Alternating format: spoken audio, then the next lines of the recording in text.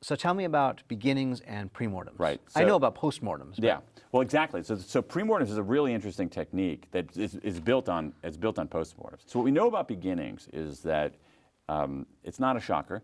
Getting off to a good start is helpful, all right? But we don't always get off to a good start. So how can we ensure that we get off to a better start?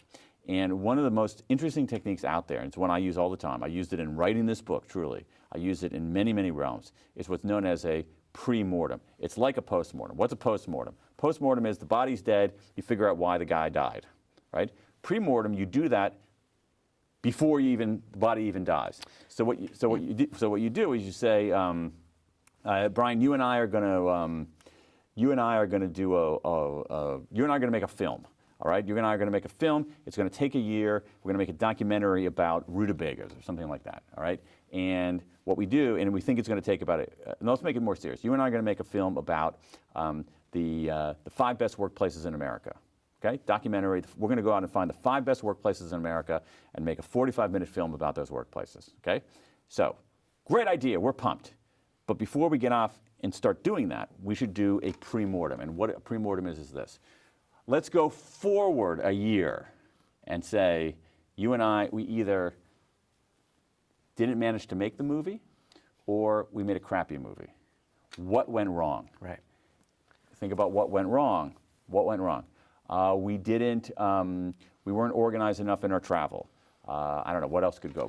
You spent your money in the wrong place. Exactly. Hired the wrong people. Right, exactly. We weren't careful enough about who we hired. I see. We didn't have good enough people on the ground in the localities. And then you take that and you say, okay, I'm going to use that as a planning tool. So it's really about trying to poke holes in what you think is an amazing plan up front.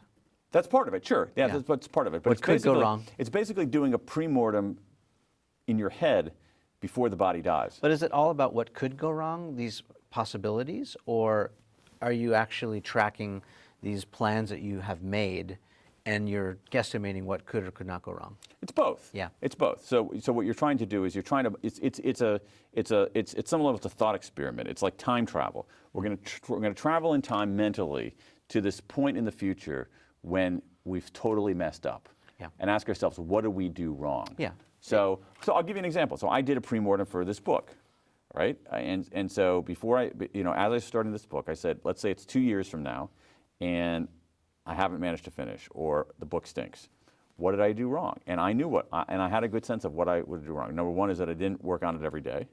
I didn't keep in touch with my editor, keep him up to date on what I'm doing, make sure I was answering all of his questions. That I didn't have a system for collecting and harvesting the research. And once I saw that, it was kind of the advantage of imaginary hindsight. Right. I was like, okay, great. I got to be rigorous about working every day. I would put things in my calendar saying, my editor's name is Jake.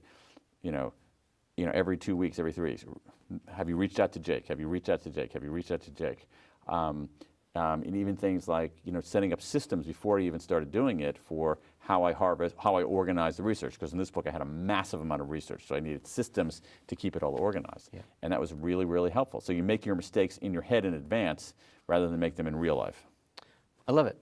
Midpoints then. Sure. Midpoints are really interesting. Okay, so what happens at a midpoint? There's some evidence showing that midpoints bring us down. When we get to the middle, there's a little bit of a sag.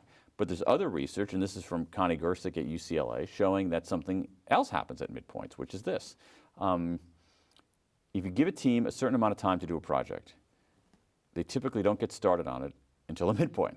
You give a team 31 days to start something, to do a project, they'll get started on day 50, in earnest on day 15 or 16. And so Gersick did this research by videotaping and audio taping these teams in action. And typically around the midpoint, someone would say, oh my God, we've squandered half of our time, we got to get going. Yeah.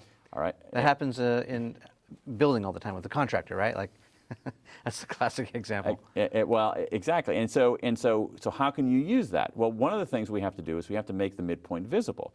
So if a project has a beginning and it has an end, by its very nature, it has a midpoint. And so if you're a boss, you need to make sure that you use that midpoint, recognize that midpoint can be a moment of spark. The other thing that you can do is what we also know about midpoints, some of the motivational psychology of midpoints is this.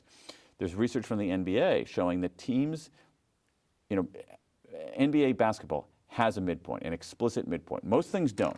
The NBA has a midpoint. It's explicit. A horn goes off. Halftime, right? We take a break. And so what we know from halftime scores in the NBA is that teams ahead at halftime are more likely to win the game. Not a shocker. They have more points, right? But there's an exception to that, which is really intriguing. Teams that are trailing by 1 point are more likely to win than teams ahead by 1 point. Trailing by 1 point is equivalent to being ahead by 2. Why is that? And then there's some experimental research showing that at midpoints, if we're way ahead, we get complacent. If we're way behind, we give up. If we're a little bit behind, we bring it. So if you're a boss and you've got a project, pay attention to midpoints. Use midpoints as a spark rather than a slump. And one way to do that is to say, hey, we're doing okay, but we're a little bit behind.